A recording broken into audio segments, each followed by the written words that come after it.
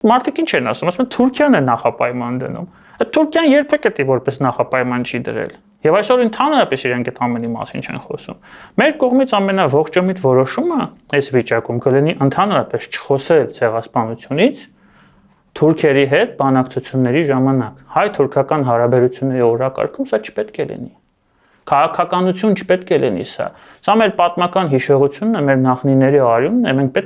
չպետք է սրա վրա փորձենք շահարկումներ անել, չպետք է սրա վրա փորձենք փող աշխատել։ Ամոթն էլ է լավ բան։ Եվ չպետք է անենք այնպես, որ այդ ցեղասպանությունը օգտագործվի մեր իսկ դեմ։ Հերիք է ինչքան օգտագործվել է ուրիշների շահերից ելնելով։ Բոլորս էլ հասկանում ենք այդ ցեղասպանության հուշահամալիրը ինչի համար է կառուցվել եւ երբ։ Ինչի համար է կառուցվել։ Դե Թուրքիան մտավ ՆԱՏՕ կառուցվեց։ Միջև այդ երբ որ մեղրամիս էր իրենց մեջ սովետական միության Լենին-Աթաթուրք պակտից հետո, երբ որ նրանք հույսեր ունեին, որ կոմինտերնա լինելու Թուրքիայում, Թուրքիան սովետական միության նման կոմունիզմ է կառուցելու, սոցիալիզմ է կառուցելու, իրենք որ ցեղասպանության մասին չէին էլ հիշում, Հայաստանում էլ արգելված էր խոսել այդ մասին։ Հենց Թուրքիան մտավ ՆԱՏՕ մի քանի տարի հետո դա